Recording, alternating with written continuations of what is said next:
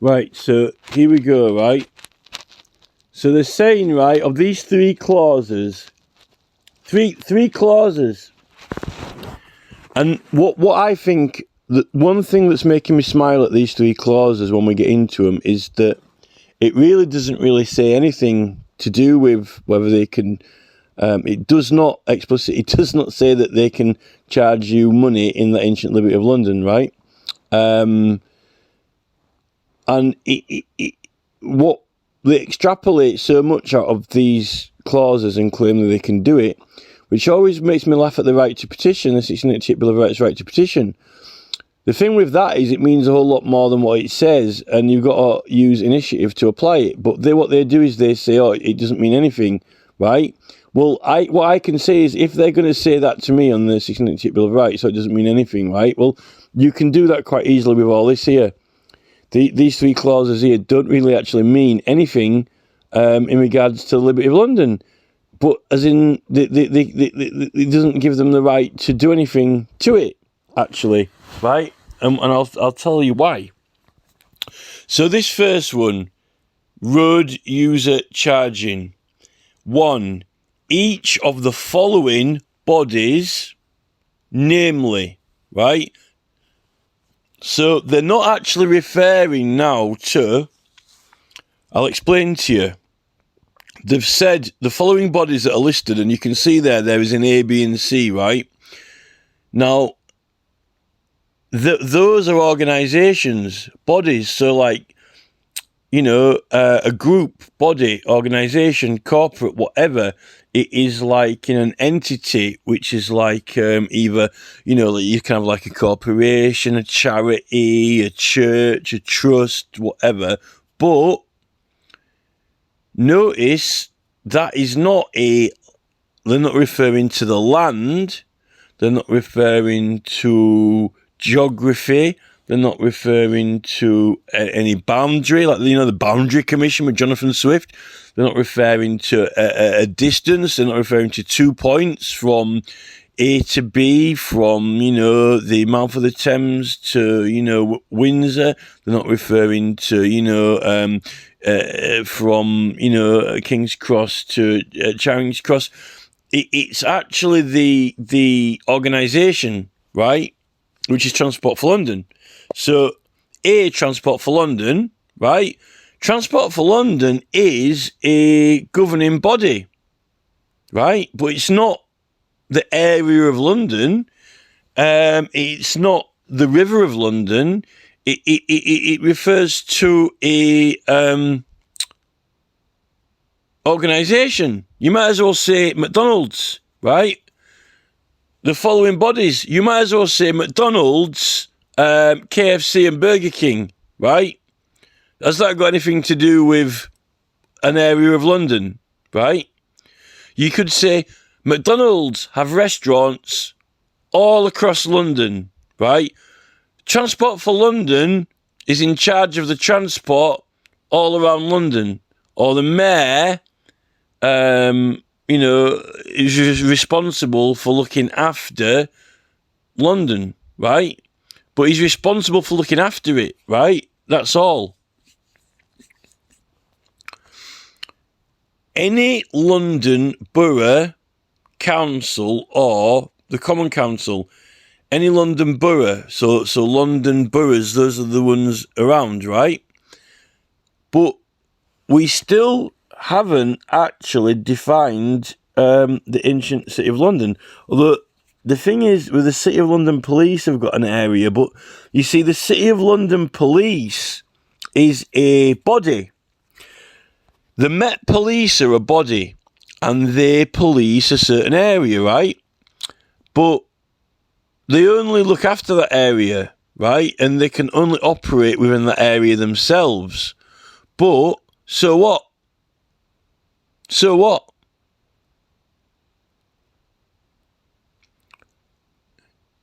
The City of London Police are a police force, they're a body, right? And they operate within a different area to the Met Police, right? So what? Just means they're a body. So we haven't, right, so we know that you see, the Met Police are a body, right? And they operate in an area. But so does the Mayor of London. And in fact, the Mayor of London operates in the same area as the Met Police and the City of London Police. But so what? And actually, the Parliament operates the whole country, which also is within that area as well. Whoop-de-doo. It's almost like a game of slaps. In fact, you've got the Met Police and the Mayor of London and Parliament operating in the same area, which overlaps because, Parliament has jurisdiction over all of England, including London, for legislation. The police are a body which have responsibility for law and order, and guess what? There's a Mayor of London who is looking after London. So you could be stood on a pavement in London with about 8 different bodies governing that bit of pavement, all for different things. So what? Right?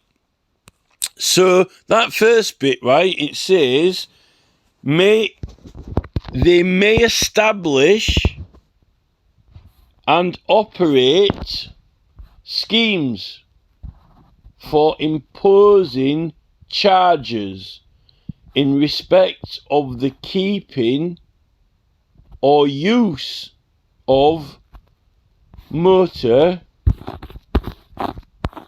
vehicles. Right? Or roads. On roads in its area, right? So it's here now, it's saying in law that they are given consent or permission to establish and operate schemes that impose charge in respect of the keeping or use of the use of motor vehicles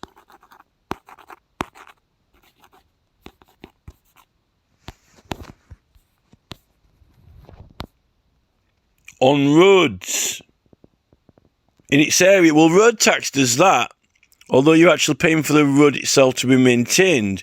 You're not actually paying, well, if you pay your road tax, then you've got a right to use the road of the whole country, right?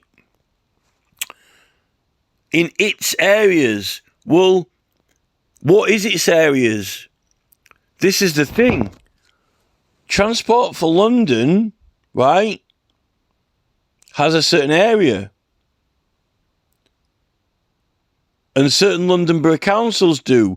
Now, all of the London Borough Councils aren't necessarily in that Liberty of London or the Common Council. And Transport for London, right, its area includes an area of London which is a lot larger and additional to that Liberty of London, right? So when it says that it's allowed to impose in its areas, right,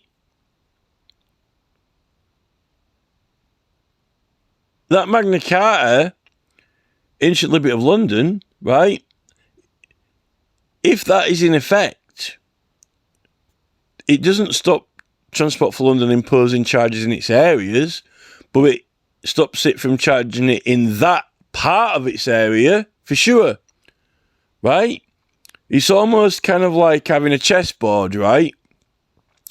And if you, like, you've got like white squares and black squares, right? You could say that there's an ancient law, right, that says that you can't charge penalty, you can't charge any chess piece from being on a black square, right?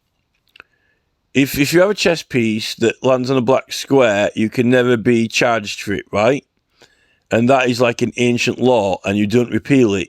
Then, right, you write a law that says the governor of a chessboard, who is responsible for the whole board, right, the entire chessboard, may apply charges to the area that he looks after, which is the entire chessboard, right?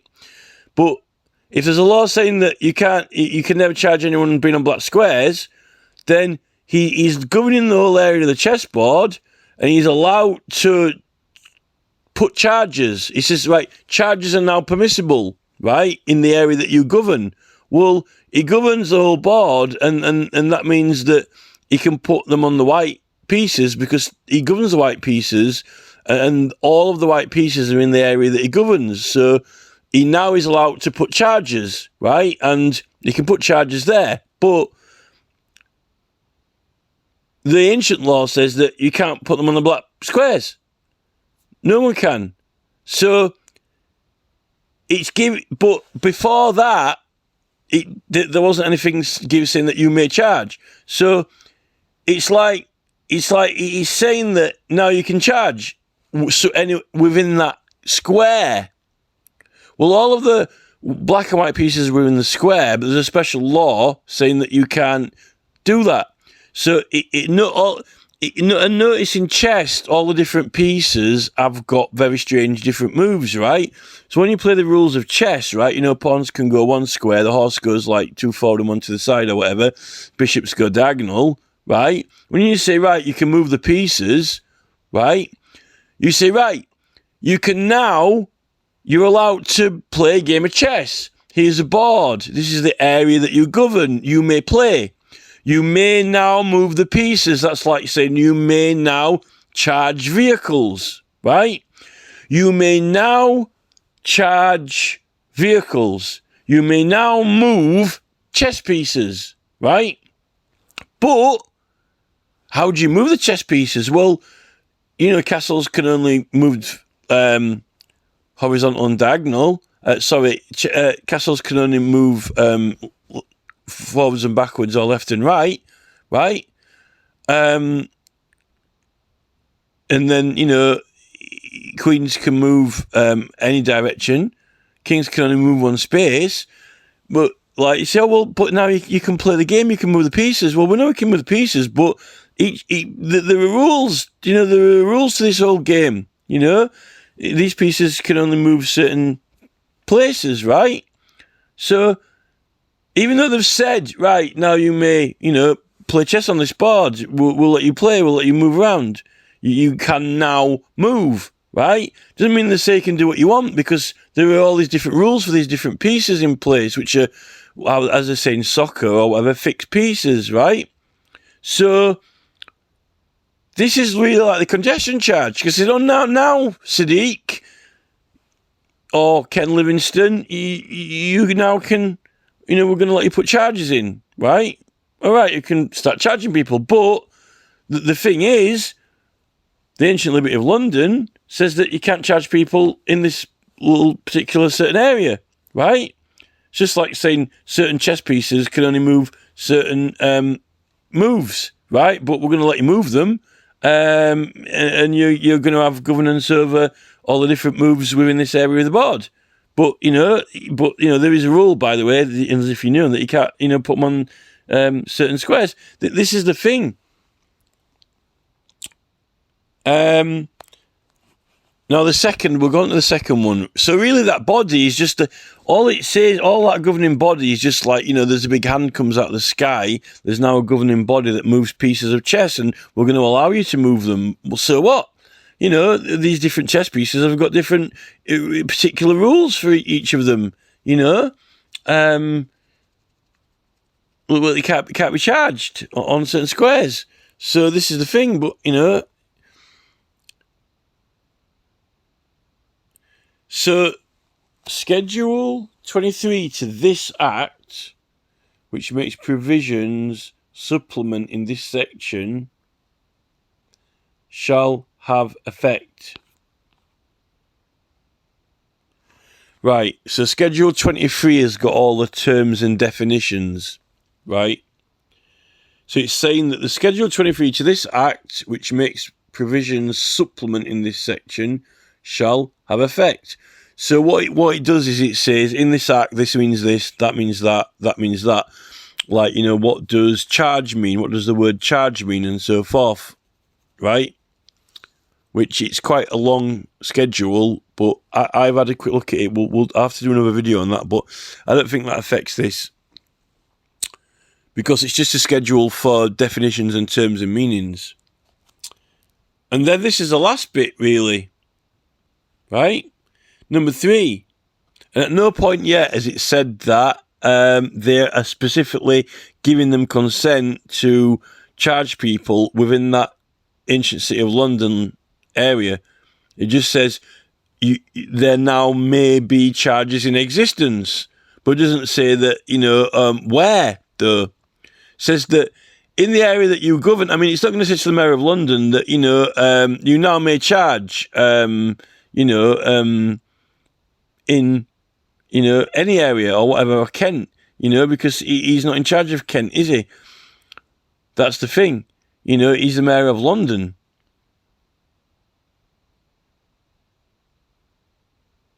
He's the Mayor of London who governs London and can charge in and around the boroughs and areas of London, except in the ancient city area, of which is prohibited in law.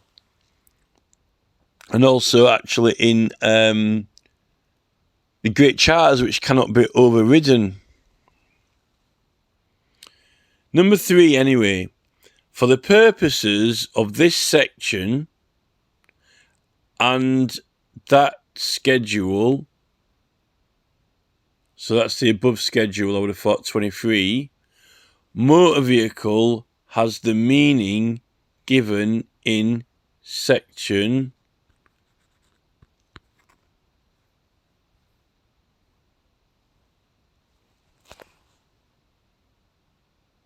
185.1 of the 1988 Road Traffic Act, except that section 189 of the Act, exception for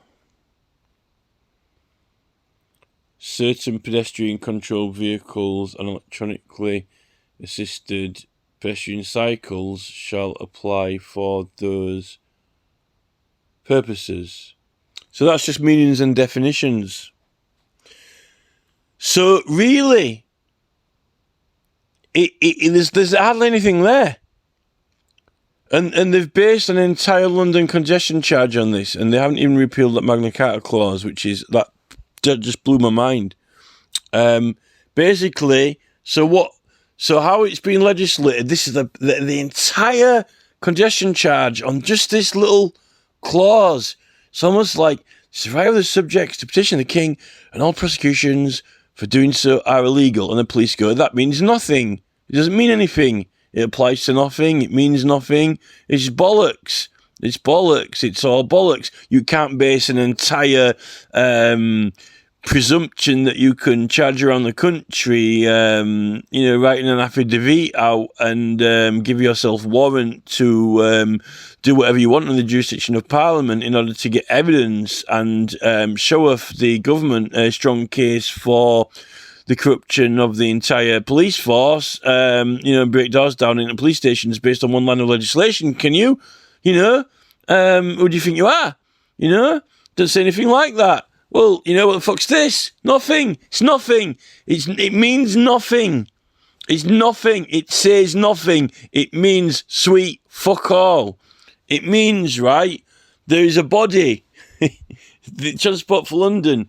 Each of the following bodies, namely the Transport for London, the London Borough Council and the Common Council, may establish and operate schemes for imposing charges in respect of the keeping and use of vehicles in its area. Well, it's shared area. What about Met Police?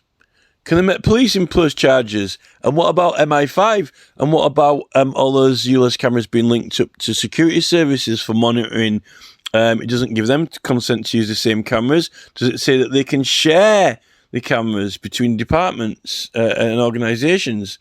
And can the police charge people for ULEZ? Probably not. And what about the courts and tribunals? Can they charge people? Or I suppose they're just recovering it for someone who hasn't paid up, debt to the king. Transport for London. This might as well say, right, each of the following bodies, namely the Met Police, McDonald's and KFC, may establish and operate schemes for imposing charges. And you see, I don't even think that McDonald's would be able to charge you for a drive-through, to drive through their drive-through. You might as well say McDonald's. And can you imagine, right, if it was McDonald's? Do you know what this is like? Do you know what this actually says? If McDonald's, right, if Sadiq Khan owned a chain of restaurants called McDonald's, and he owned them all across London and beyond, you know, like within the M25, right? Like, you know, like within the M25 for the Dartford Crossing or whatever, and Croydon and that, right? And if he said, like, and if Sadiq Khan had, like, you know, like thousands of them all within the M25, and like he put a toll bar on the McDonald's, so you to drive through it and around it, it's like £1, right? You might as well say here that Ronald McDonald, Hamburglar, and the Mayor of London, Sadiq Khan, may charge people for driving through their McDonald's within the area that they govern, right? Well, they govern the whole area, right? So they're allowed to charge it, but there's another law that says you can't charge it within this particular area. This particular area you can't, right? Which is the ancient Liberty of London, which is a part of the city, right? But he governs, his area that he governs is through and beyond that. It's like a part of the area he governs, you know, like chess pieces, like little squares on a board, right? So it's like, you know, he would be able to charge you. It's correct that he can charge you now in within the area he governs, right? But not in all of the area he governs, right? Not in all of it. And now he's wanting to put charges on the Blackwall Tunnel, which is just a little bit outside the Liberty of London, where those other tolls were. So, you know, but the thing is, he's broke the law. I mean, would you want anyone in government who's corrupt, and if they don't even know what the law is, then they should do. And then what even about this act? So this act is not saying that you can charge people in the ancient Liberty of London. It's just saying that there can be some charges. The mayor has the power to give charges, right? You know, within you know, some parts of the area that he governs, but it doesn't actually. You know, it's there are other laws in place. It's a little bit like, right. Another example how you could say this is like, it's like saying the police may arrest people for crimes within London area. The Met Police, you might as well say like the Met Police are now may arrest people within London, right? The area they govern. But remember, they can't arrest people under the age of 12 because that's the law. There's another law, right? So you can't make effectively, right? You know, if you say, you know, the Met Police now have powers to perform arrests within London, right? Well, so what? You know, you can't arrest children under 16. Well, that's like the Liberty of London, you know. Oh, the mayor may charge vehicles for using the roads within London. Well, yeah, upset the Liberty of London because, you know, you can't put it there because the Magna Carta are ancient liberties. So it's like little children, you know, it's like little children can't be arrested. It's like, you know, the ancient Liberty of London can't be fined. You got to see it like that, you know. But that's not to say that they can't, you know, arrest people within the whole London area of London that they govern. Just that, you know, there's a threshold, isn't there? It's like, you know, because there are other laws in place. You know, no one under a certain age can be arrested, because that's in a different act, isn't it? It's in a different law. And this is the thing with this. There's a different act in a different law saying that you can't charge within a certain area, right? From what I gather. So this is... It's very, this is the only thing in here that seems to have given the power. Now, I'll check that schedule and the meanings, but I don't think those meanings really mean that much. It's just like, what does motor vehicle mean, or what does charge mean? Charge means the same as in this act or that act or whatever, but there's quite a lot in that. I'll have to go through it tomorrow, but there's quite a lot in there. But this is just a general briefing of it,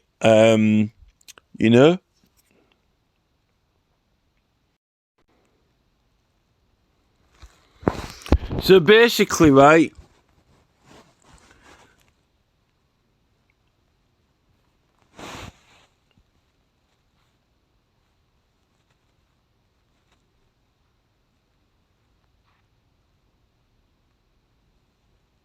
so we've got the doctor's bill, a prescription as well. A prescription can actually be a bill. An advertisement. So, like, this is what your billboards are. Your billboards everywhere, like an advertisement. It's a billboard. But the actual bill can be a request anyway. Well, if you think about it, the advertisement is requesting you to buy some products, or asking you if you're interested in buying some products. It's an inquiry, inquiring into if you may be interested in partaking of their goods, or,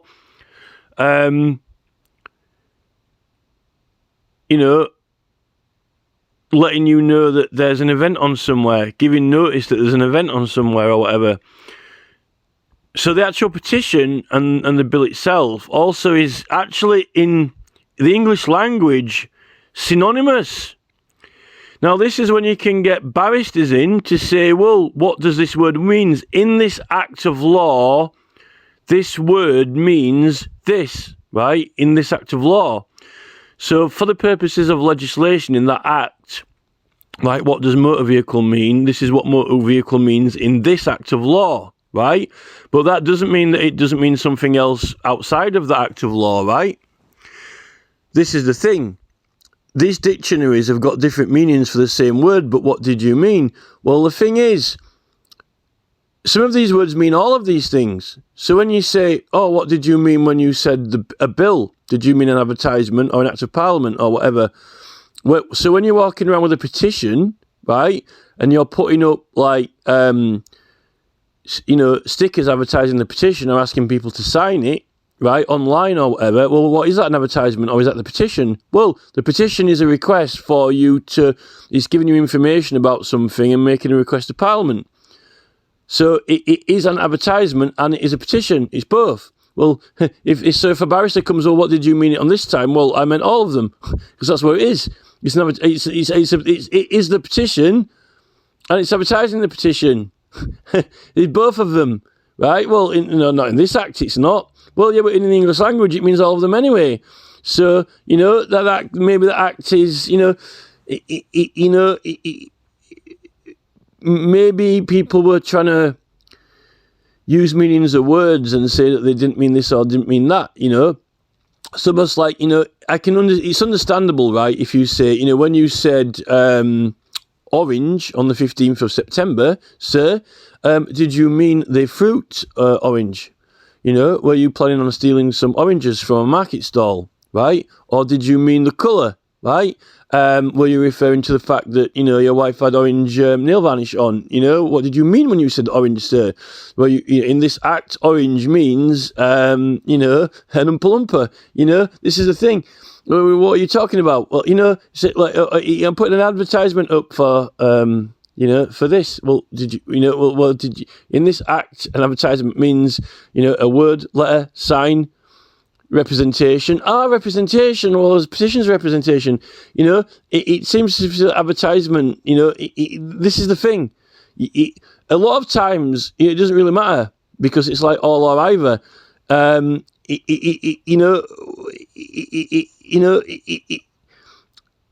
lot of the times when these words are being used in context, sometimes they're actually ignorant of the other meanings. they actually don't, they're trying so it doesn't mean this or that, you know, because if Extinction Rebellion were doing an advertisement, right, they don't even want to acknowledge it's an advertisement. This is the thing, you know, when they're doing protesting, right, Extinction Rebellion were arrested for protesting, and then, you know, they were charged with criminal damage, right? And this is the thing, the Crown Prosecution Service, right, in this, you know, well, actually it was an advertisement.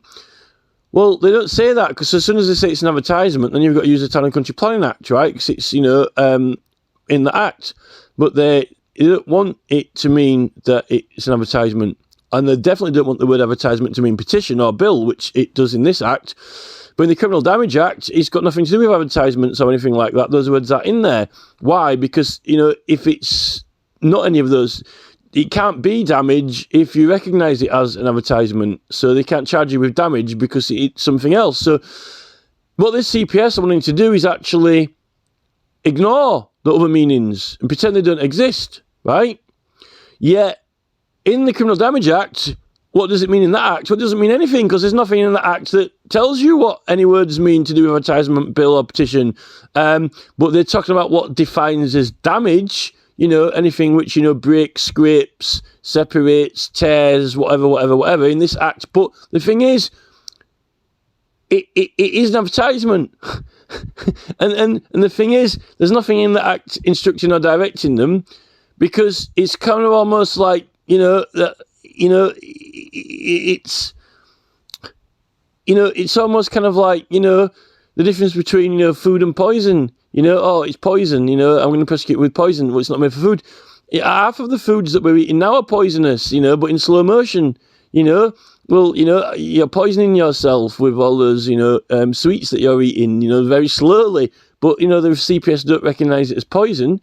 But maybe, like, if you suddenly, you know, press fast forward and played it in really quick, and then, you know, the person's, like, just dying, you know, an extremely slow death, you know, then it will be recognised as a poison. It's funny how they argue these things, you know. But, you know, the Criminal Damage Act is just ridiculous. You could talk about it forever, because it says also that you can use rights and privileges in that act. So that's one reason they don't want to start getting onto political rights, if they just keep it criminal. In law, an obligation but without condition or a forfeiture.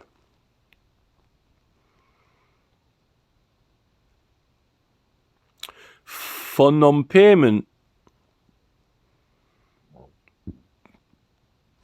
So, like, that's like, you know, if you've got grapes and someone writes you a bill out, then you're obligated to pay them money. You have an obligation to pay them money. But there's no condition on it. What if, like, you know, but you can put, you know, it must be paid within 3 weeks or whatever on a bill. If you can write it out, you know, payable within 5 weeks or whatever. Or forfeiture for non-payment. Or if you don't pay, then maybe they seize the goods back. A declaration in writing that expressive. You see, that's the thing.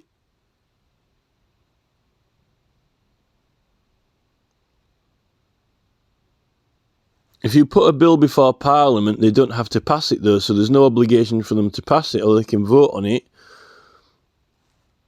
A declaration in writing that expressive either the grief...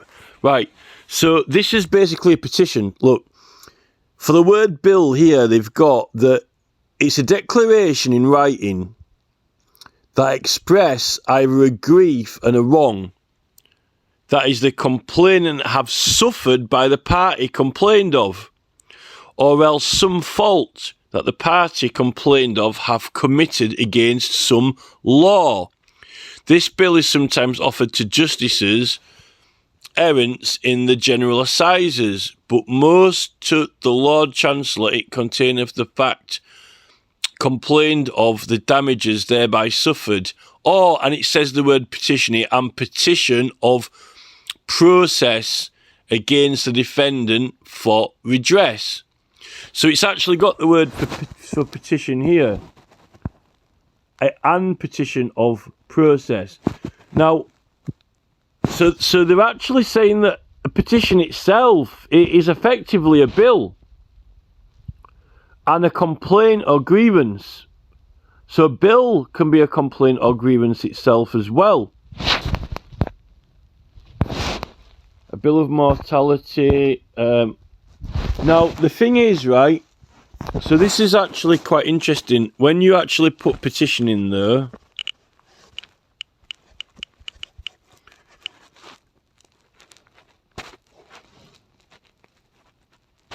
the petition is they've only got for the petition a request, an entreaty or supplication or prayer, right? So a single branch or article of prayer. So the word petition is actually, in the 1700s, what we normally think of a petition now, they've got the main explanation for that under bill, for bill, but it is inclusive of a petition. But under the word petition, there's less of the descriptive of what normally the complaint or grievance is, right? Now they've got the word petition more connected to prayer, which is more like a wish or a will, or to pray, which is like more holy and divine. So it's almost kind of like a desire or a wish or an intent or asking for something, right? And they actually say that the petition usually includes a prayer or includes the form of the petition has a prayer part in it, which they normally say. So that's actually interesting, that the word petition is a little bit more inclined to the prayer part of it, or the I think that is asking for something, because if you think about it, a wish or a prayer is usually asking for something, whether it's from the divine or from a master or whatever. It asks for. So we say, let us pray, like Heavenly Father, it's usually an ask. Now that's interesting, because the complaint or grievance is not necessarily asking for something. You can say, John kicked my car in, or Paul stole my bread, or I'm not happy with what you're doing to the town. I'm not happy with what you're doing to the town, right? But you might not be asking for anything yourself, right? You might not be saying, let the orchards be bountiful, or bring me a present, or let me go, release me from prison, right? You can say, I'm not happy with what you're doing with the garden, right? Or you could say, someone kicked my door in, right? Or you could say, someone kneed me in the balls, or someone punched me, right? You can say, I've got a grievance, a complaint, someone punched me in the face, right? But you're not asking for anything. But once you say the petition will include a prayer, or the bill will include a petition, which the petition is for prayer, it's like then someone punched me, right? I've been hurt or injured, or someone stole my car, and then, please, can I have it back? Or will you compensate me with some money? So that's the inclusion of the prayer in with the grievance and complaint. So you've got two parts to it then. So you've got your bill, right, which is your complaint or grievance, and then you've got the prayer part, which is what you're asking for something. So that's really, really important to clarify, right? But you see, when you complain, you usually complain because someone's broken the law, don't you? But the thing is, if you're wanting a law made or changed, if you know the taxes, well, you usually complain. These taxes are too high. They're too high. So that's your complaint. Your complaint is, the taxes are too high. But then you put the prayer, please can you lower them again? But you say that, you have the complaint, someone punched me in the face, can you punish them, or, can you get them to say sorry, right? Now, it's interesting where they've split this criminal law and common pleas, which is like, grievances between you and another party. Well, you have a grievance between another party if they punch you in the face, but, if you want to sue them for money, get money off them, you're asking, you're saying, I want you to, make an order for them to pay me the money. But if you're complaining about them, it's usually only a complaint, like they broke the law. And if they broke the law, the legislation says, there are punishments, but they're already set in law. The king's made those laws that anyone who breaks these laws will be punished. But so I think that it's only a complaint, therefore, it's a complaint only, because the punishments and what the laws are set by the government and the king's laws, and someone broke it. So you're just complaining that someone broke that law, right? Even if they did steal your things or whatever.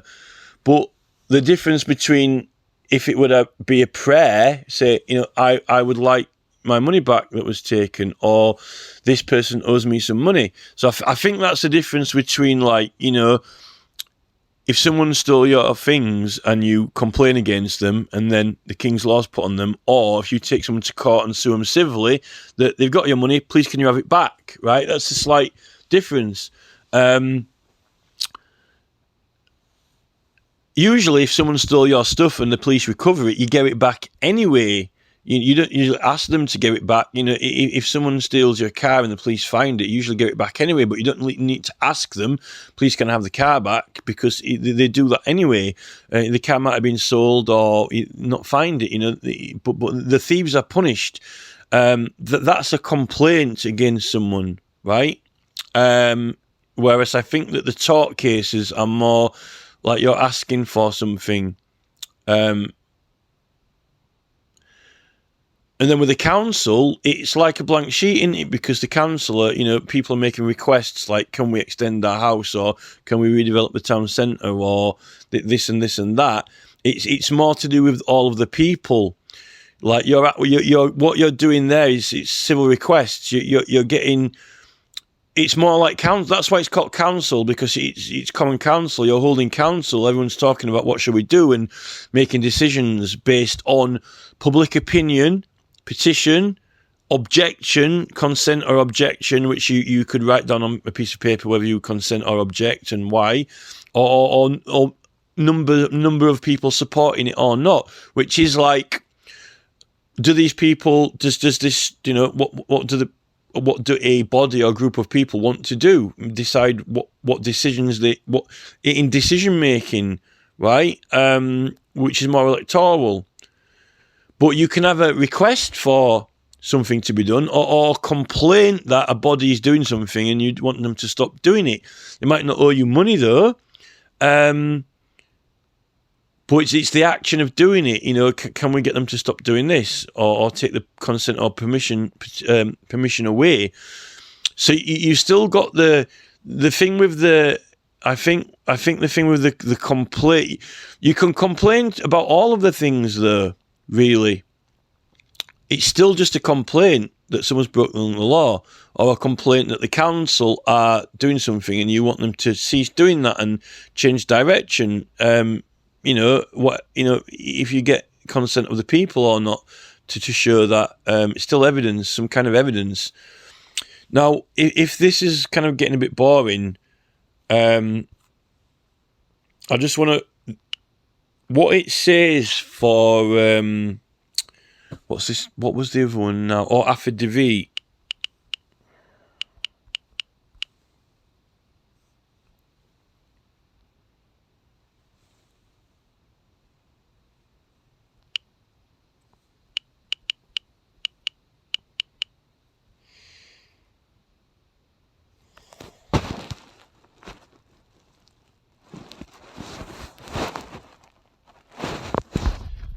There's only one. So for the affidavit, an affidavit signifies in the language of the common law that he made an oath. So it's a declaration of oath, right?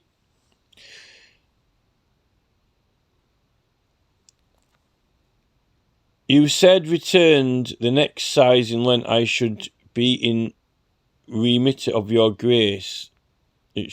My letters should take place of affidavits. Should have made affidavit if servants are being affronted. So it actually just says that the affidavit is purely oath. So it's like an oath is that you swear on something, that you confirm or affirm, or you say that it is true, right? And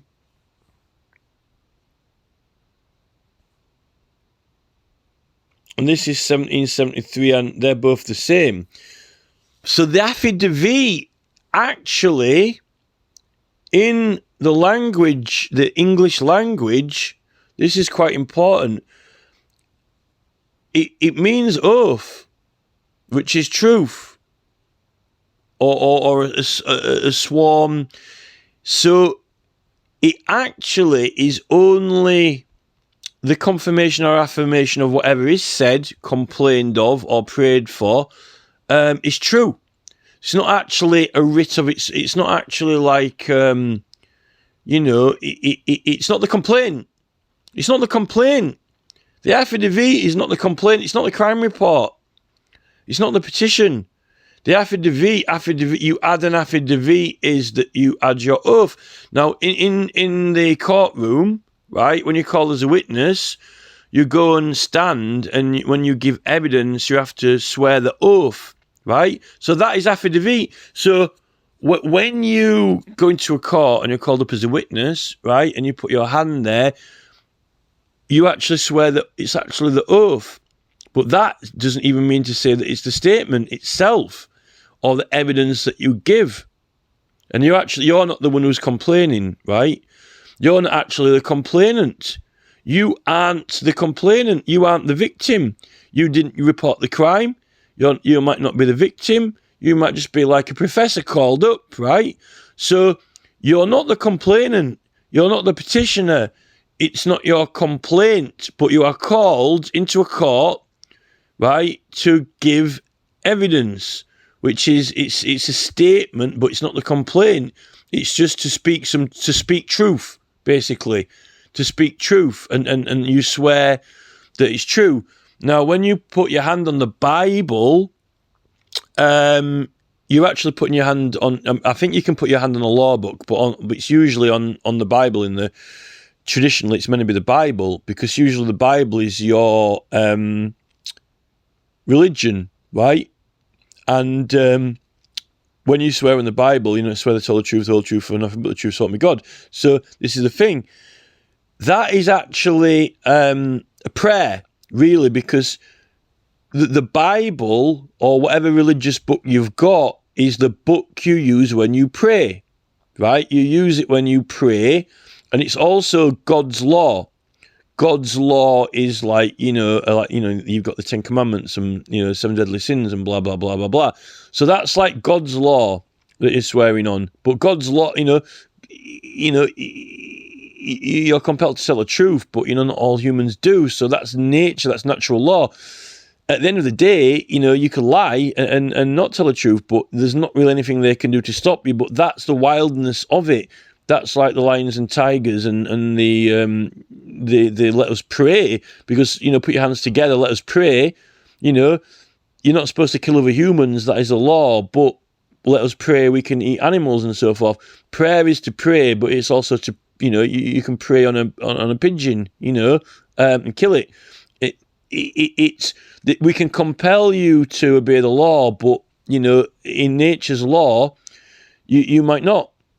And this is what the government are doing now with all the CCTV and surveillance and so forth and so forth and so forth. They're wanting to try and compel people, put your seatbelt on, bing, bing, bing, bing, bing. It's like natural law.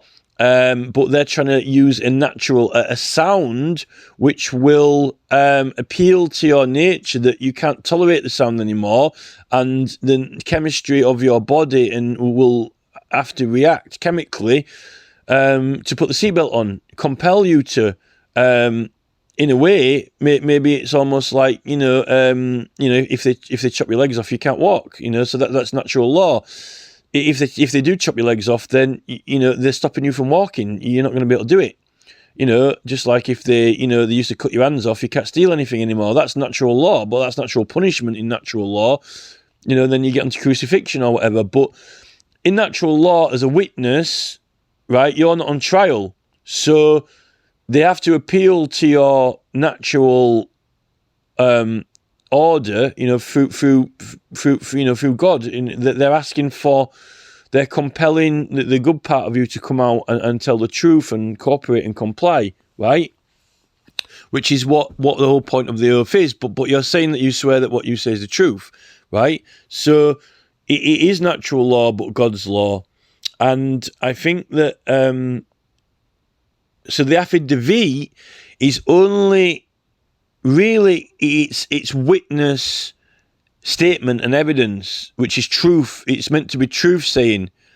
But you've got all this, right to remain silent and so forth and so forth.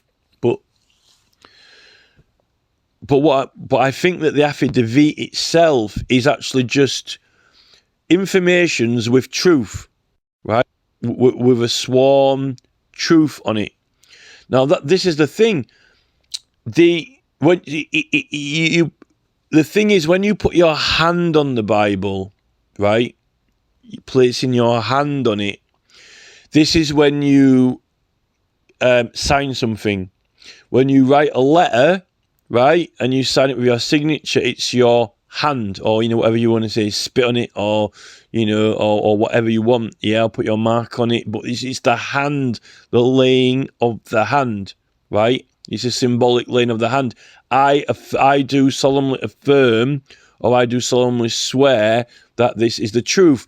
So it's the gesture of putting your hand to it, or putting your oath to it, or will, is what makes it the official declaration, right? But it's informations.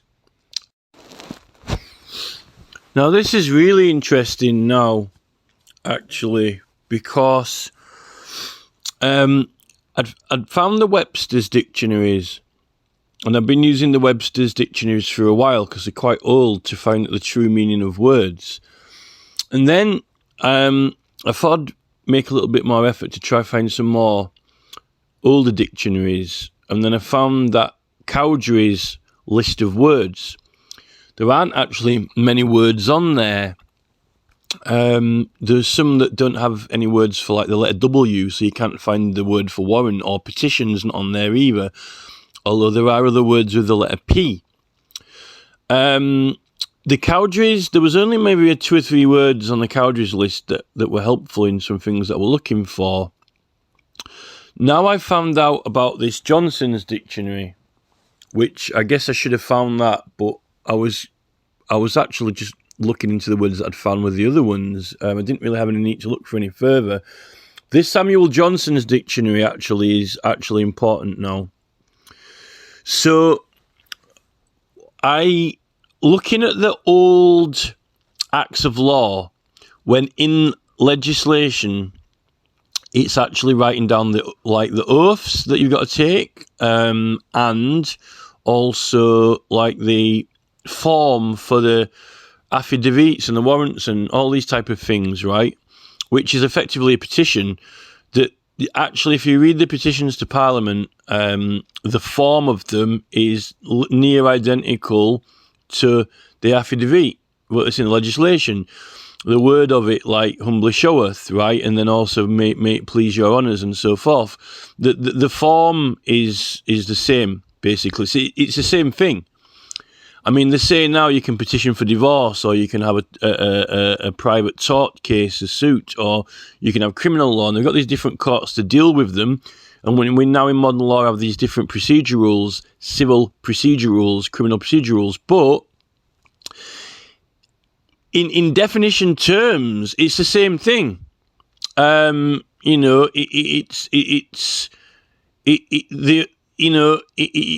you might as well, be going to a guy who's selling bananas or a guy who's selling tomatoes, or whatever, or he's still a vegetable stand. I mean, you can say, it's the same thing.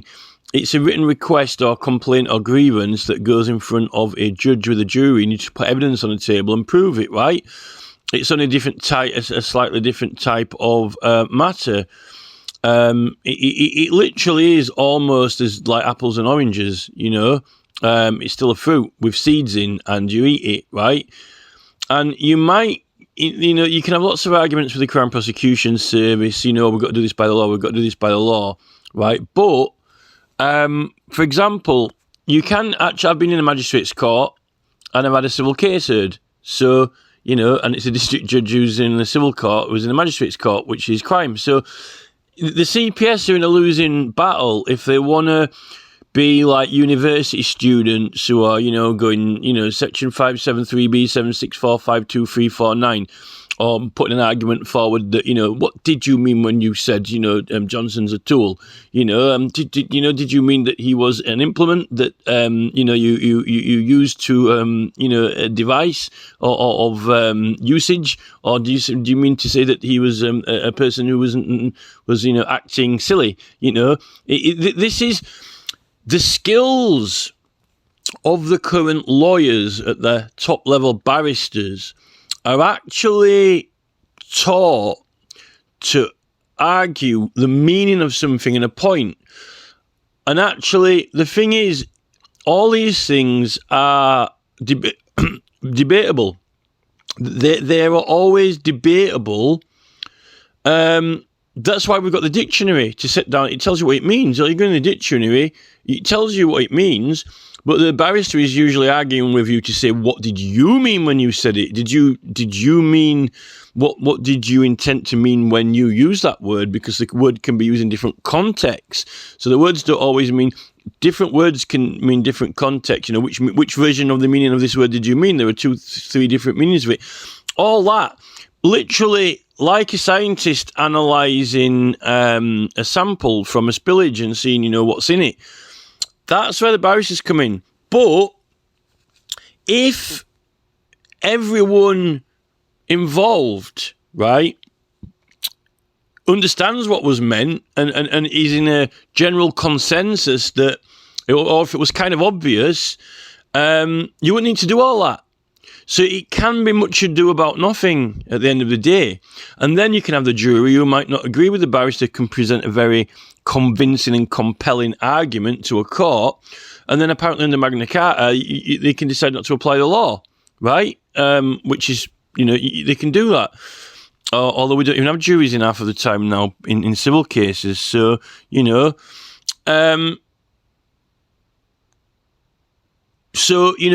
is the thing. I guess that's what I'm doing now, actually, really arguing the meaning, because that's what I'm going into now. But when I do law, I usually aren't interested in arguing these type of things. It's usually people are too focused on arguing those type of things and actually looking at more laws. They don't know enough acts. They don't know enough legislation, which that legislation, when known, when it comes into your knowledge, it actually says that, this is lawful to do this or that. And usually, once you take these other laws into consideration that they haven't learned exist or isn't in their area of law usually, then it actually usually turns out that usually people are acting well within those laws or those acts or those terms in that legislation, and therefore you don't need to argue, did they contravene something or what did they mean when they said something, because, it's not borderline what they did. It actually, when you bring another act in, this act clearly puts it within a certain category that doesn't need arguing, because, that they're not testing the boundaries of the meaning of it, and in fact, I actually think that the current legal model for a lot of these barristers is they're actually using, so they're not making use of as an extensive repertoire of legislation and its historic origins. They're not taking that into account, like a more thorough branch of a bush or tree, a more thicker and growth, extensive repertoire of law, history, knowledge, and basis that they're taught simple, like criminal damage act, for example.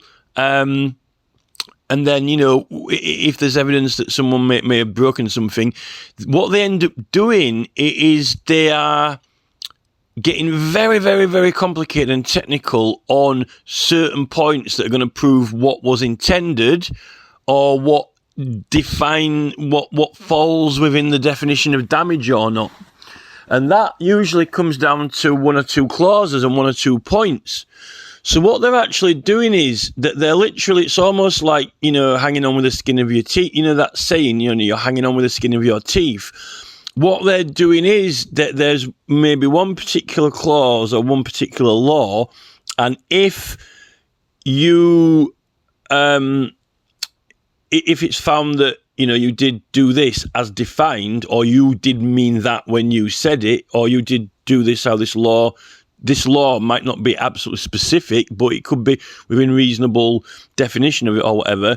And that's what I find these barristers are getting extremely complicated and technical arguments over the smallest thing, which is almost like, if they, literally grab, it's as if you're hanging onto a branch and you might let go and, are your nails going to hold into it or not, or on this finite point or not, almost like trying to find climbing up a cliff face, and you're arguing, did you mean this or not? Or does this law mean this or not? And that must, if you've got enough grip, if you're climbing up a cliff face with no, safety rope on it, if there's nothing to grab hold of, if it suddenly turns out that, you didn't mean this, then you've got no grip on it, right? Or whatever. Yet, they're completely and totally either oblivious to, unaware, or not taught other law, which actually it turns out that what you were doing was completely legal and well within those definitions of what you were doing, to not even need to argue it, which is, it's like on that comedy sketch you get. You must have seen that comedy sketch when, they're climbing up a cliff, right? And it's absolutely near impossible to climb up it, right? But then you find out when you get to the top, there's a lot of tourists up there, right? And they're all having a picnic. You must have seen that before, right? When they're like, there's some rock climbers and they're like climbing up this cliff and it's so really difficult, right? And then you get to the top and there's those people just sat there with ice creams. Or if there's like a staircase up the side, right? Well, that's kind of like my basis. Because what, I see these lawyers, like with, the Tommy Robinson and with these, Extinction Rebellion and so forth and so forth. And they're all, some of them don't bother to get lawyers, but when they do, they're arguing all these complicated technical points that they've been trained to do and scrutinised to this very high degree and complexity, intricate points on what means this or what means that. But it's just wrong. I mean, you don't need to do it. It's like climbing. The money they're spending, basically, for the rock climbing skills, of finding these little grooves and nooks and crannies in a cliff to meticulously climb up it with great skill and dexterity, when, you're reading through the law and, it turns out, we're not talking about repealed laws or laws that, we're talking about things that actually, it turns out that it is the law, right? Or it's another act that applies. And it's like having someone's, carved a staircase right up the side and you can just walk up it. And I'm like, well, why don't you use a staircase? And you're like, well, they didn't know it was there, or they haven't been told, or whatever. Or, it's you don't make as much money out of it if you walk up a staircase and if you get paid for climbing up the cliff. And a lot of the times, but even if they win and get to the top, you think, well, why have you done it that way? Which is kind of, I think, what happened with the Stonehenge Alliance legal case. That's what I think happened with the Stonehenge Alliance one with the tunnel, But anyway, what is the point of this conversation? Well, what I said is that I found this Samuel Johnson dictionary. So the terms that I'm interested in now are basically like the petition, and then you've got the word bill, but then you've got like the word affidavit and a warrant and an oath, okay? So to the side, it's actually got, this is actually out of it, actually, the original book, the original dictionary, the original document. So for bills, right, it actually started out in 1755.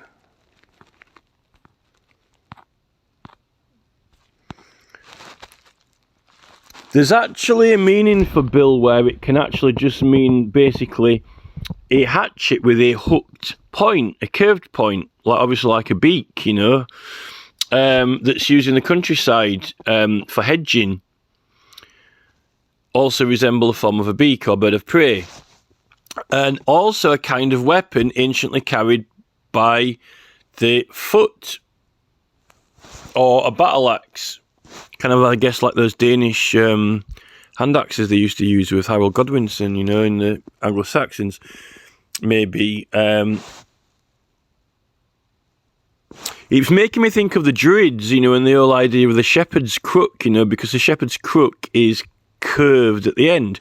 He actually specifically says here hooked at the end, which is a hook, and I'm thinking of kind of like, shepherds keeping over their flocks. And also the Druids used to keep the law, didn't they? Keep order, with it, and keep the law with it, with the staff.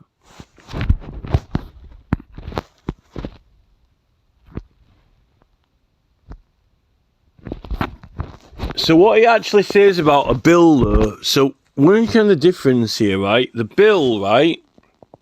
A written paper of any kind. So the bill, this is actually in the 1700s, which is a little bit after this Cowdery, it's about 100 years after Cowdery, but this is one of the oldest dictionaries in our language.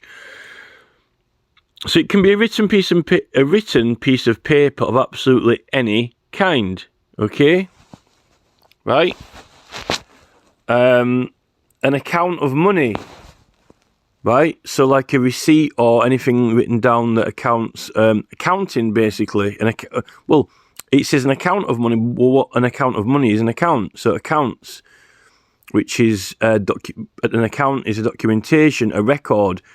There's another few words you can throw in there. Account, a record, documentation, a sum, right? A law presented to Parliament, but not yet made an act. No new laws can be made. New laws are abrogated or altered, but by Parliament, where bills are prepared and presented to both houses. How now to mitigation of this bill, urge the Commons, His Majesty is inclined to. So, one of the words of the meanings of a bill is a proposal for some law, but it hasn't actually been passed. Now that's interesting because usually this is the difference between a bill and a receipt, because this is important, right? If you write out, if someone takes some grapes, right, from a shop, and you write out a bill and say, right, this is what the value of the grapes are that you owe me. So it's, I want this money from you, right? You can actually receive goods. I mean, it doesn't happen nowadays as much because people don't trust people as much. But remember, you could order something in the 1960s, right, or 1970s or 1980s a lot of times. And then what they do is they send you the bill, which is an IOU. So it's like, you've taken these amount of goods from me. So they write out, they're asking you, pay me this money, or you owe me this money. Okay? It's a request. They're requesting the money from you, right? But it's also kind of like the person's written an order, you know, like they're a little judge or a magistrate, like you will pay me £50, right?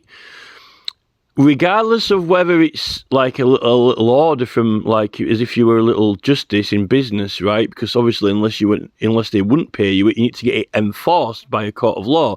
But as the law goes, you know, you must pay for your goods. So, you know, you write like it's like a, you know, you will pay me £50, but it's also like it's your bill. You know, you've taken this goods, and I'm giving you a little notice now.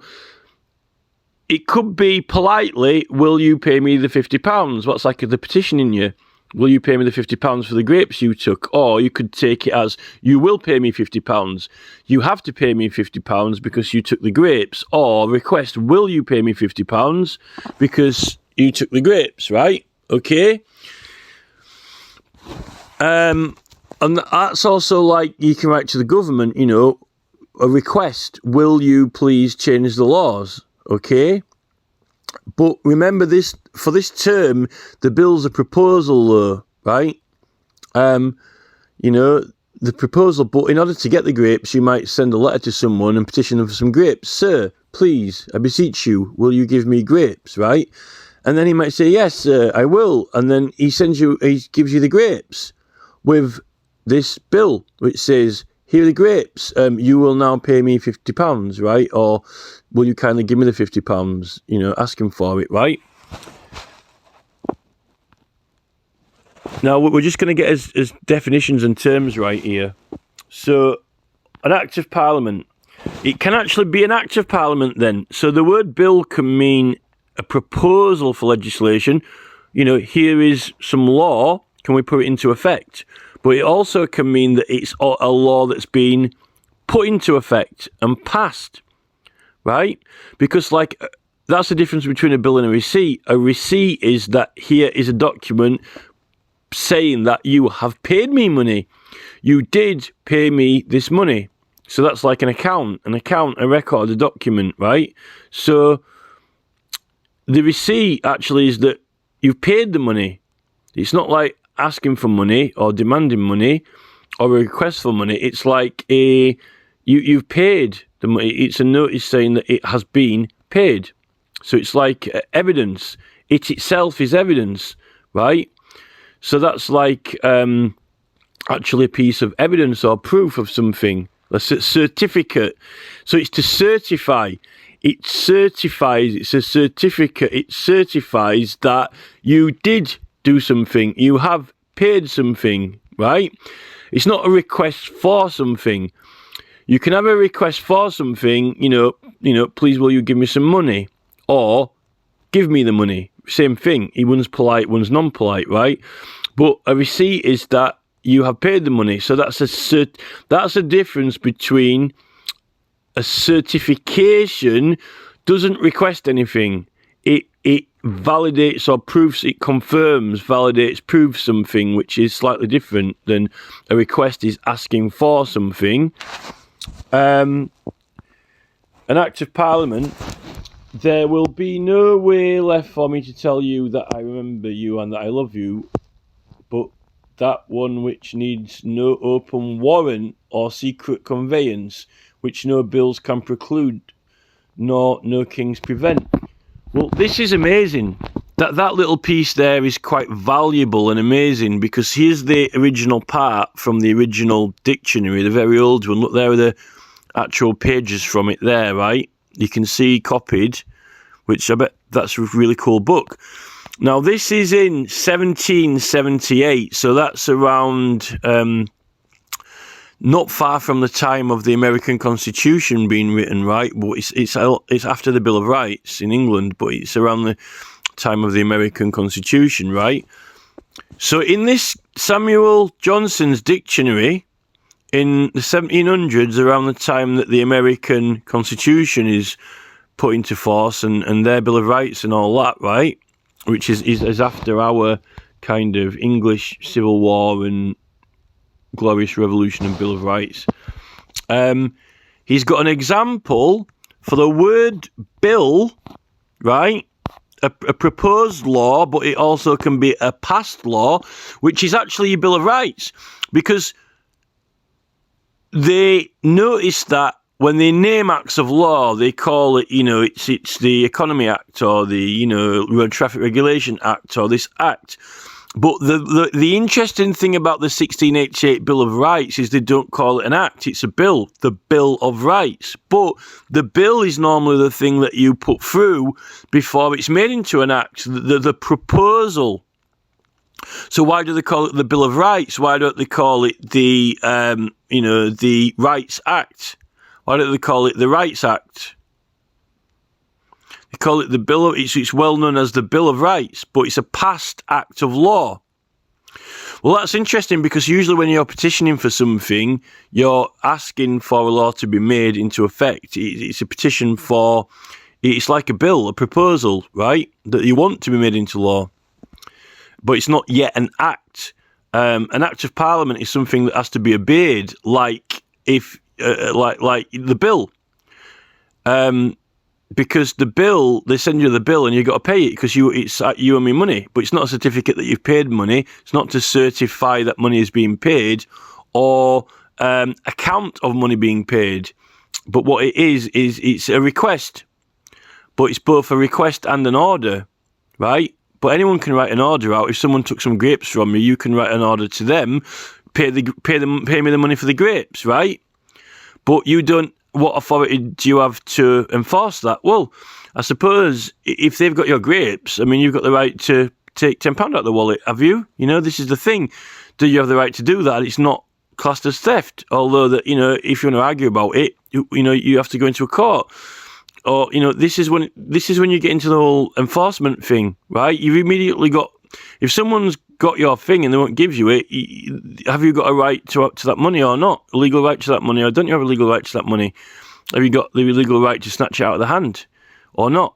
This is the thing, right?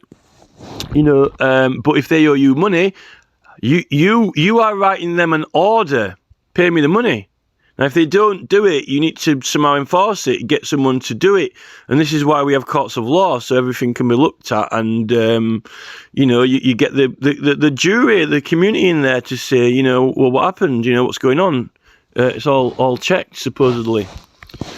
But anyway, what he's actually done here with this example number 4 is... This is actually this is like Shakespeare poetry genius here. His example. In a dictionary, it usually gives you an example of the usage of the word in context or in a random exemplative context of where you might use that word, what sentence or paragraph it might be used in. And what he's done here is quite clever because what he says is his example for the usage of an Act of Parliament.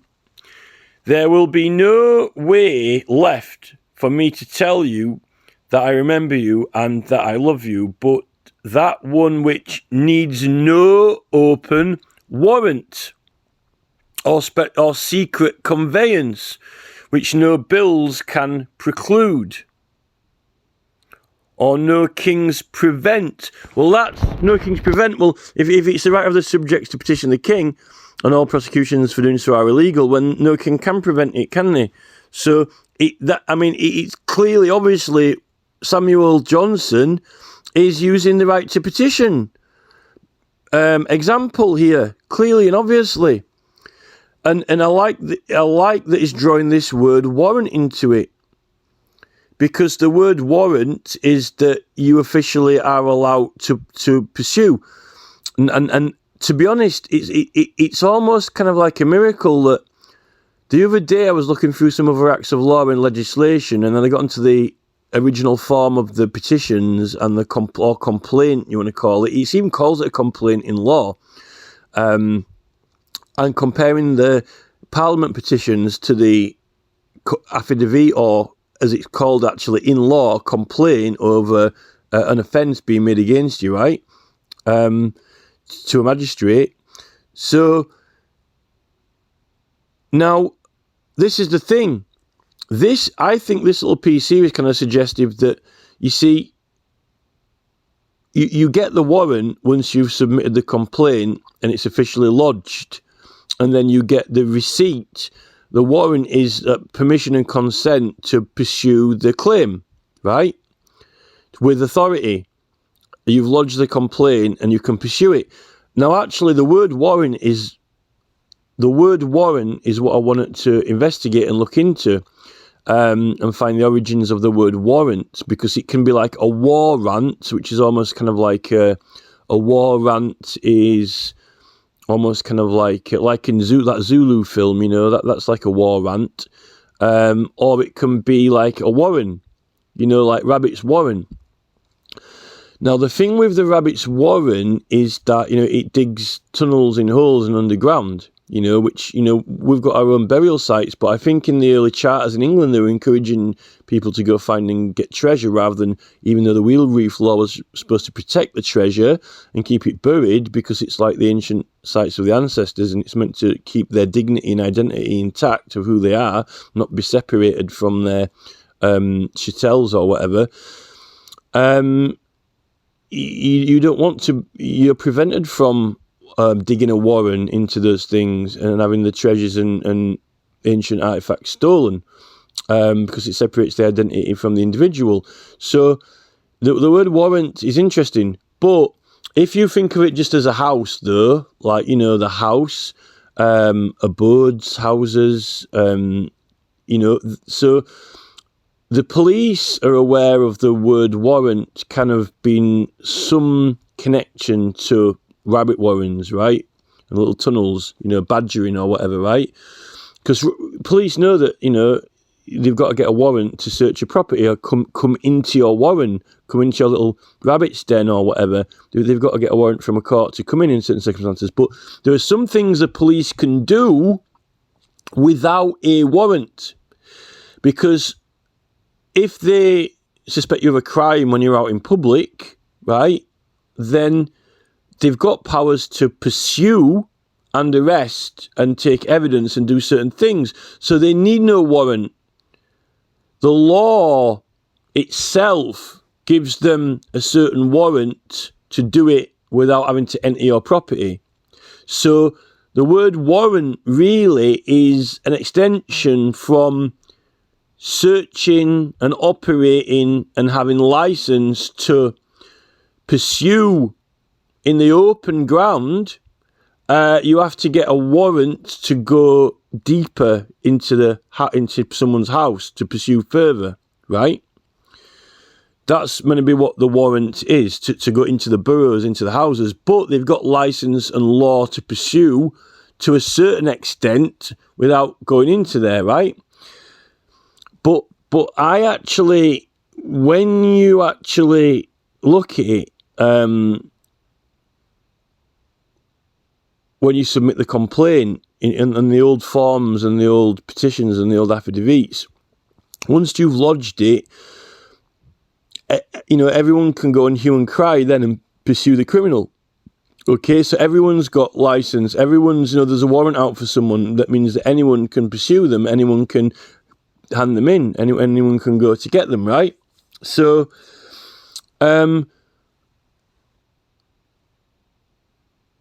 now, if you actually think of, if you kind of think of this is the thing with like petitioning, right?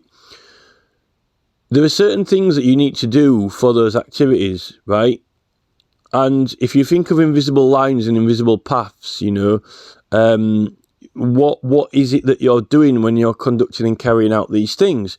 What are the invisible lines and the invisible paths of, you know, doing petitioning? Well, it's going about advertising it, promoting it, knocking on doors, asking people, and so forth and so forth and so forth, right? You've got the right to do that. Now, you might say, well, but you don't have the right to enter someone's property and go inside and search their house, right?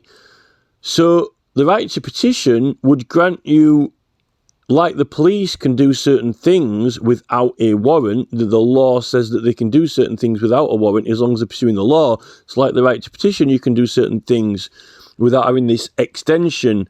But the thing with the police, they're doing all that sometimes without lodging the offence, lodging the crime, with the magistrate or whatever. They've got licence to certain activities without it. Now, this is the argument over the right to petition. But the thing is, if you go on the government website, it's actually been fully lodged. So you should really have full warrant, because it's actually lodged. A lot of the police are doing a lot of work without even submitting or lodging anything. It's just on suspicion only. On suspicion only.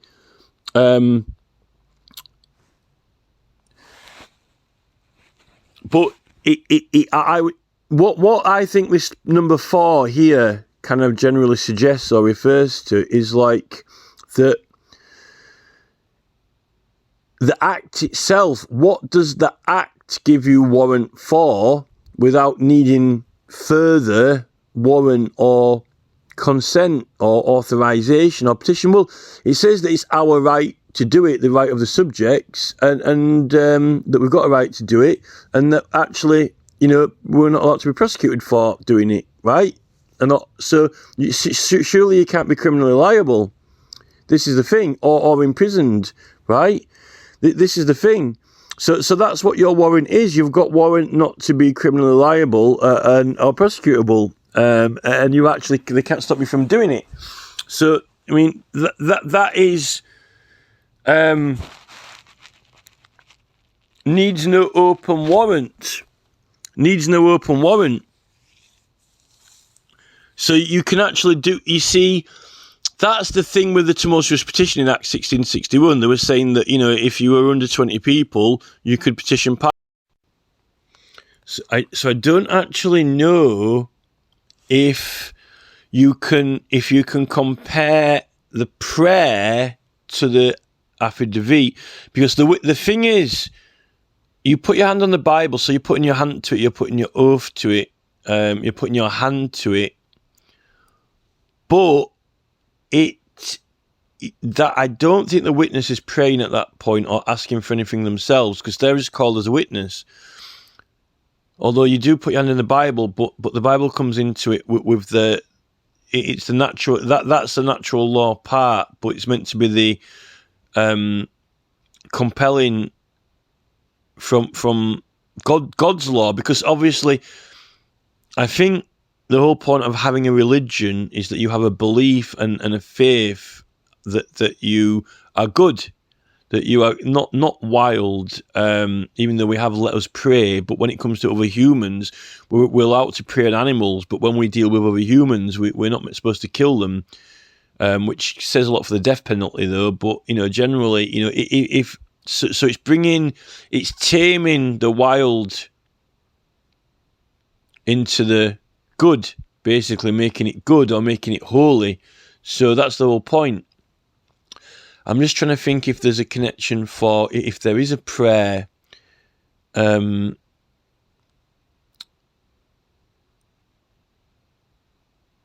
But the thing is, the right of the subjects, every person is an instrument and every person is like a subject, but every person speaks subjects or comes out with subjects, right? So the subject is the subject. So each individual person is a subject of the realm, but speaks their own truth, rings with their own, like a bell. They emit their own words, their own ideas, their own truth, right? So when you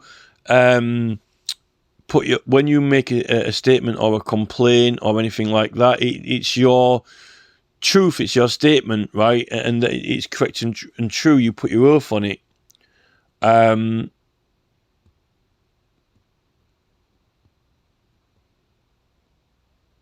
the prayer particularly asks for something. I don't think the witness is asking for anything.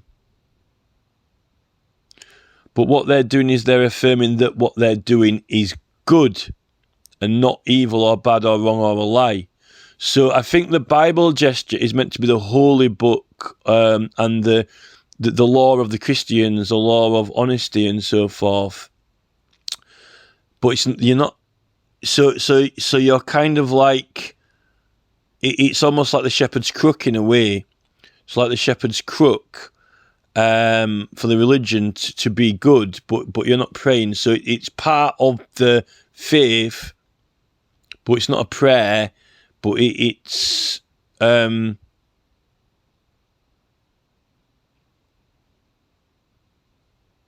like a promise. I think it's a promise. Prayer, promise, prayer. I do swear is different to a prayer. I do swear is different to a prayer. A prayer or I swear. I think it's a promise, promissory oath. So promise. A promise is kind of like that you will uphold something or honour something. It's like, your honour. Yes, your honour. So it's like you say something and it's not a lie, it's not false.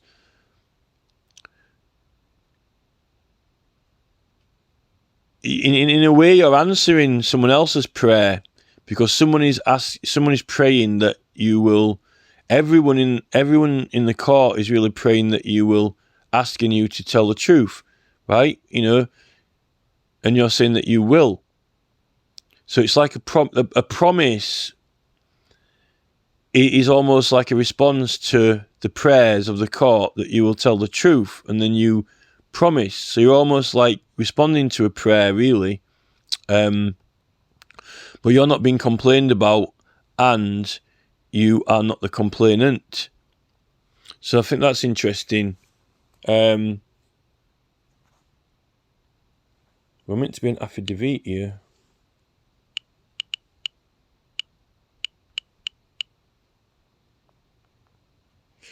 So the affidavit is effectively an oath. Now, people take the magistrates, the judges, magistrates, the sheriff. People take an oath. They actually had little oaths when you're an elector, when you go to vote. We don't do that anymore. There's actually a little oath, and even right up to the 1800s, that when you go and vote, that you haven't been bribed or anything for your vote. And this is when we get into the whole Rees-Mogg thing with the advertising and entertaining people in exchange for, supporting them and votes and so forth. So he isn't really supposed to entertain his electorate, or not from a third party paid for entertainment when he's getting paid a wage and so forth. So that's a bit sketchy. So you had all these little oaths for electors as well. When you go and vote, you had a little oath. Not just if you go in a jury and you have a little oath, right? A little promise. So I want to check the word, see what it says for oath. But it said an affidavit's an oath. So it's not necessarily the complaint. It's just evidence. So the police, really the affidavit, when the police submit to the court, it's because it's inclusive of the police have usually gathered statements from witnesses that are going to be called to the court. So it's like the original complaint of the person, which can be by petition, but then you've got witnesses and statements which have oaths. That's why it's called an affidavit, because it's got the addition of oaths to it, which they swear that it's the truth. Now, usually when you put a petition in, the petitioner usually signs it to say that they swear it's the truth. So all petitions have got an affidavit or an oath on it of the complainant. But then when you ask for additional witnesses, and also the police officer really has got to put his own. The police officer is not the complainant. Remember, if you petition, if you bring this complaint in, petition, right, you're saying it's the truth, but the police officer is not the complainant. It's not their complaint, but you're complaining to them, right? And then they get asked witnesses for information which they promise is true, which then that's their oath. That's the affidavit for the court. But that's not the. It all kind of like comes together. It's all, they're different parts of it. If you think, just like I explained, the prayer part is like asking for something. You don't need to ask for something to complain about something. It only has to be a grievance written down. It doesn't have to ask for anything in return. It is just, someone broke someone kicked my door in, Well, what do you want me to do about it? Well, I'm just letting you know that it was done, because then you know that someone kicked it in on Thursday at 6 o'clock, and then other people might complain, and then you think, oh, many people have their doors kicked in. It might be the same person. Now I'm aware there's multiple complaints. It's noted, accounted for, recorded, right? Not to say that anyone has to do anything about it, but then it is known. The complaint. There's been complaints. So this is the thing. It doesn't necessarily have to have a prayer on it, And if someone broke the law, you don't need to ask for anything, because there's already the laws written. There's a complaint. A door was kicked in. Right, well, the sheriff then, the law tells him, that he has to go and apprehend them and take them to a court and find out who did it. Right? The prayer asking for something is actually the act of law, because the law asks for all complaints to be investigated. You don't ask for it. You don't necessarily have to pray or ask for anything. You just have to put a complaint in. Oh, my dog got kicked in, right? Say my dog got kicked in. That's it. You've submitted a complaint, right? The sheriff looks at the law and it says, oh, that's an offence. So, and then he has to go get them. So you haven't asked for him to do that. The law's told him to do that. So you haven't actually put a prayer in or anything. In fact, all of the people who petitioned the government to make that law, to make it into law, prayed for it to be the law, or to get the law changed, which the police officer has to comply with all the time. So whenever there's a complaint, they don't need a prayer on it, because they already prayed to make it into the law before. They requested something, and now it is, right? So like the prayers were answered. It would help them if no one stole any more things, but, can't have a perfect world, can you? So let's search. There's two entries here. Are they both the same? Slightly different.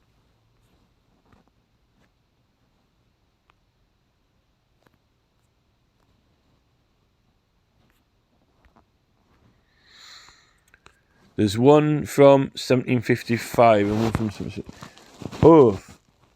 It's from Saxons. The distance between the noun oath and the verb swear is very observable, as it may show that our oldest dialect is formed from different languages. An affirmation, or affidavit, affirmation, affidavit, oath, affirmation, affidavit. So only the affirmation part of it, it's only the part that says this is truth, the part that renders it truth. It's not actually the complaint or the prayer asking for something. It's just the part of it that says that it's true. So really, it's like your signature, or it's the gesture of placing your hand on. It's only the aspect of confirming, basically, or promise. An affirmation, negation, or promise. Say, there you go, look, or promise. Created by attestation of the divine being. Well, that's pretty much what I just spent 10 minutes saying, basically. Read over Julia's heart, thy first best love, for whose sake thou sent my faith. So these are just examples in usage. We have consultations and interventions that shall be published and not, which not and take on oath of secrecy for the concealing of those which we think fit to keep secret. Well, that's like petitions are normally published and put up on a notice board, because you're trying to get people to witnesses to come forward to put their oath to it, which is what your electors are when you all sign something, put your oath to it. So the oath is the signature part, which can be accompanied by a further statement. Your witness is putting their oath to something, agreeing to something, or promise to something. They're putting their promise to it. They can actually add a statement which could say anything. They could say why they put their promise to it. And if it's a complaint, they could say why they agree with the complaint. Or if it's a prayer asking for something, what are the reasons what they're asking for it for? It's information at the end of the day. Those called to any office of trust are bound by an oath to the faithful discharge of it, but an oath is an appeal to God, and therefore can have no influence except upon those who believe that he is.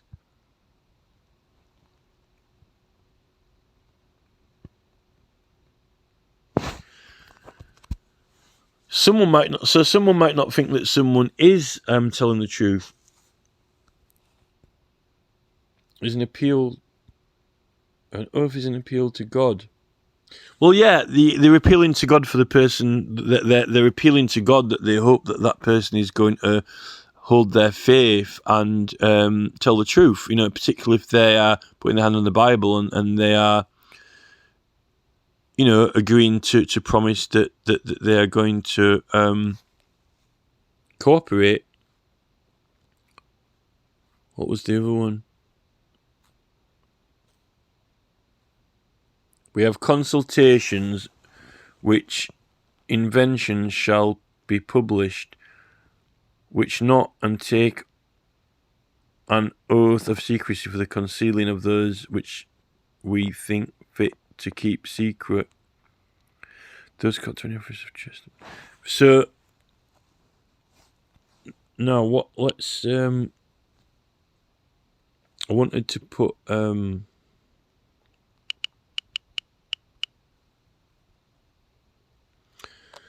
there's 4 entries for warrant.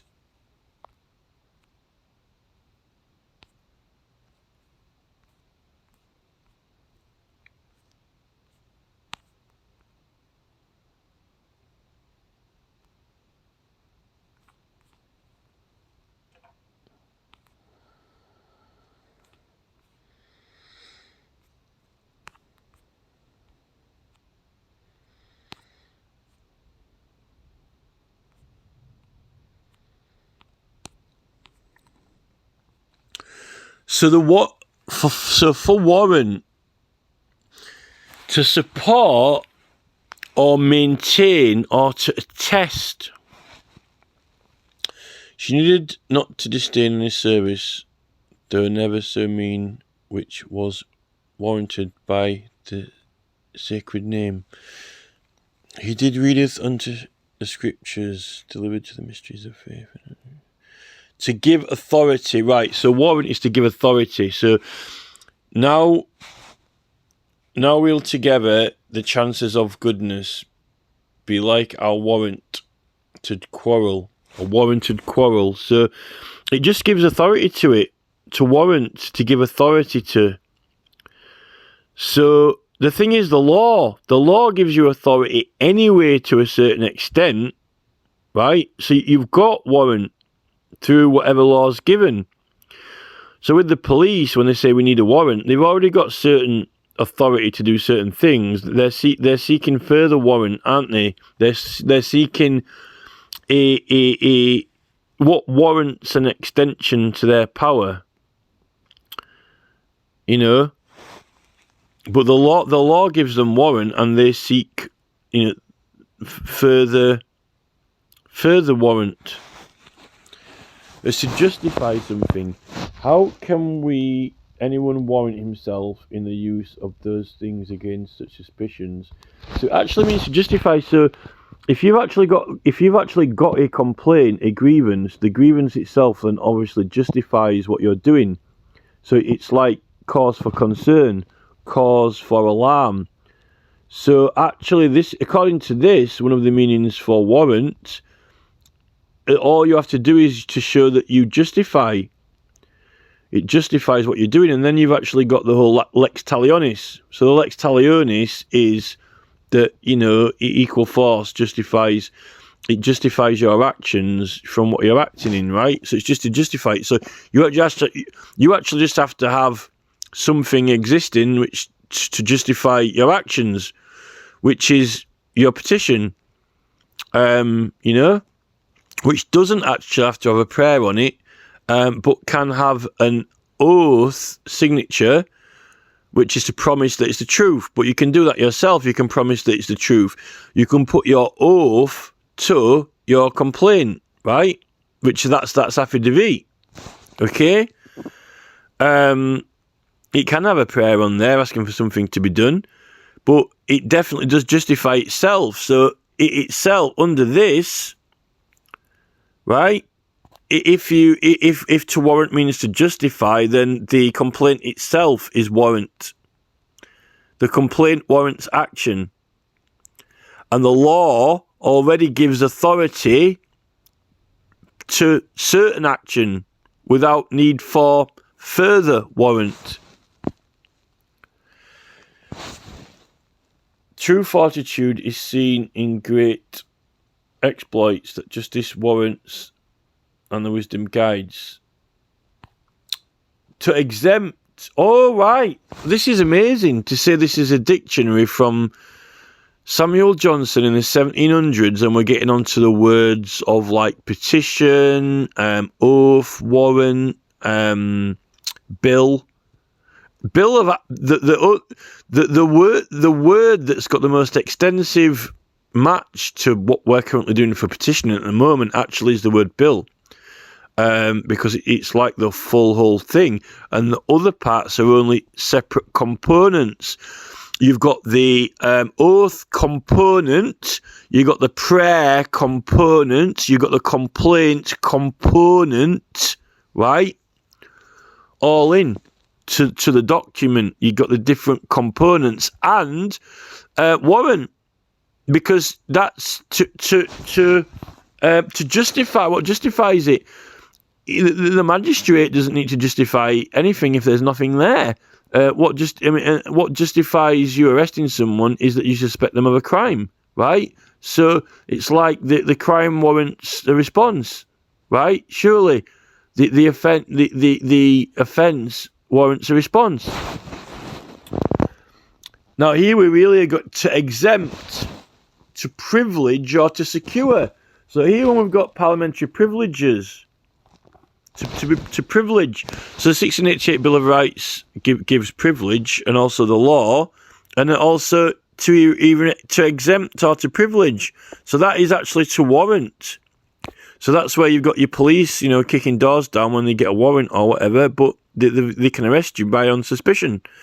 But it's actually bringing privileges in, and we know we've got parliamentary privileges and the right to petition. In my coming, whom she said he feared, as soon as he knew me by the armour, had not warranted her from that near approaching cruelty. Uses the word armour as well. Protection. These thoughts cannot is your limit. So they're actually, the word warrant itself is actually like privilege. Now they're saying that if you get arrested or prosecuted unlawfully, right, you end up in a court, you can ask for a certificate from the Speaker of Parliament, which is like a cover note. But if you under the Parliamentary Papers Act, particularly if you're petitioning, because the petition itself is like all of these things, affidavit, it's got an affidavit on it, because the affidavit is only the oath to say that it's true, right? And the complaint and the grievance is like the bill that you've written or the petition, right? Also has a complaint in it. And the law gives warrant to certain actions without necessarily any permission,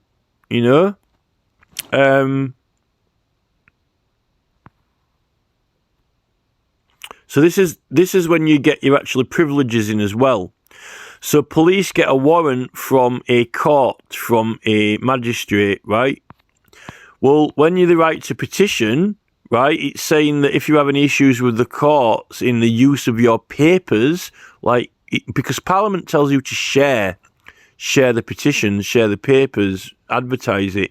And remember, we got those videos of the MPs the other day saying that the MPs actually were doing petitioning and having a public demonstration for their petition, which they ended up debating. So that's all. Well, they had a hearing for it in Parliament. So it's all, under the privilege. So the actual, the petition itself justifies the cause. The petition does justify the cause, so the petition is warrant according to this. How can anyone warrant himself in the use of those things? So to justify, well, when you've got a complaint justifies action, so it is warrant. And the law gives you authority in legislation, but if you need further authority, usually what the magistrates are doing is it's a confirmation or a license or a receipt or something like that, which gives it authenticity or gives it, And I think that if you're in a magistrate's court, you see, this is the thing, if you're going around the town searching for a criminal, you've got your own oath, you've got your own promise that it's true, but it helps if a magistrate has seen it and given you his consent or blessing or whatever to say that, it's official, this word official, right? But you can go before a magistrate yourself with your own petition, your own grievance complaint with a prayer and the oath to say that it's true. But the magistrate, the magistrate might not be agreeing with you, but, what's he doing with all the other things that are going in front of him, the other complaints? We'll say, well, actually, I've got a complaint with Parliament already. I was pursuing that. Well, who's going to confirm that? If the magistrate's confirming all these warrants for the police, who's confirming your warrant to Parliament? Well, the petition itself surely should the existence of the complaint. And even if it's published on the Parliament website and they've given consent to it to be published, so given warrant to other people to sign it, isn't that evidence enough? If you need a certificate from the Speaker of Parliament to give further warrant, is the Speaker, the Parliament Speaker doesn't justify it. The complaint justifies it, but the Speaker gives authority to it. But then again, your oath gives authority to it. But it has your oath on it or promise on it. Certificate, to certify, to certainty, to certainty, to certainty, to certify. It's not approval, though. The law says we have the right to do it, right? I'm free subject. So the law gives you consent and permission. You're definitely not asking for consent or permission from any of these other persons. The law gives you the right, and the complaint justifies the action, and your own affidavit swears its truth, right? Now, all you're seeking through from these other officials in their warrants is their certainty. It's certainty. It has been certified. Give me a certificate. So if you need certainty, because there's uncertainty. So therefore, if you're in a magistrate's court and, you were petitioning Parliament doing something which is under that jurisdiction with privileged, and you get arrested when it's illegal or other offence, and you're in a magistrate's court and you say, I'm sorry, I can't be prosecuted, then, if he doesn't believe you, he needs certainty. So that's why you get a certificate for certainty from the Speaker of Parliament, because there's an uncertainty, which I find difficult if it's published on the Parliament website and it's been warranted on there and people are collecting signatures and even published. How can there be any uncertainty that it is, where do petitions to Parliament get approved to warrant the cause to run, to people to be pursuing that cause, you know, and there's like multiple MPs in the sessions actually debating it. And when we've been doing protests themselves and collecting signatures themselves, 3 of them, and then Gareth Johnson also did a further action. It's a just cause. It's a affirmed, confirmed, warranted just cause with the oaths of millions of people signed to it, with their promises and complaint, and you know, under the jurisdiction of Parliament. What uncertainty is left, except the certainty that these magistrates are not proficient in law, don't understand law, you know, don't believe in privileges, don't believe in exemptions, don't believe in any justification for actions, or to prove jurisdiction, to justify that. You see, this is one thing in the magistrates' court. If you plead not guilty, you have to justify whether your actions were reasonable. Did you use reasonable force, and so forth with the barristers. But is it under the jurisdiction of that court? That's the thing. It is the cause where under the jurisdiction where the matter arose, Parliament's. Is it under the jurisdiction of that magistrates' court? Well, that's the argument here. No, it's not. You know, it isn't. That is the argument. Because of privileges and the right to petition law, but apparently it needs more certainty, it needs more certification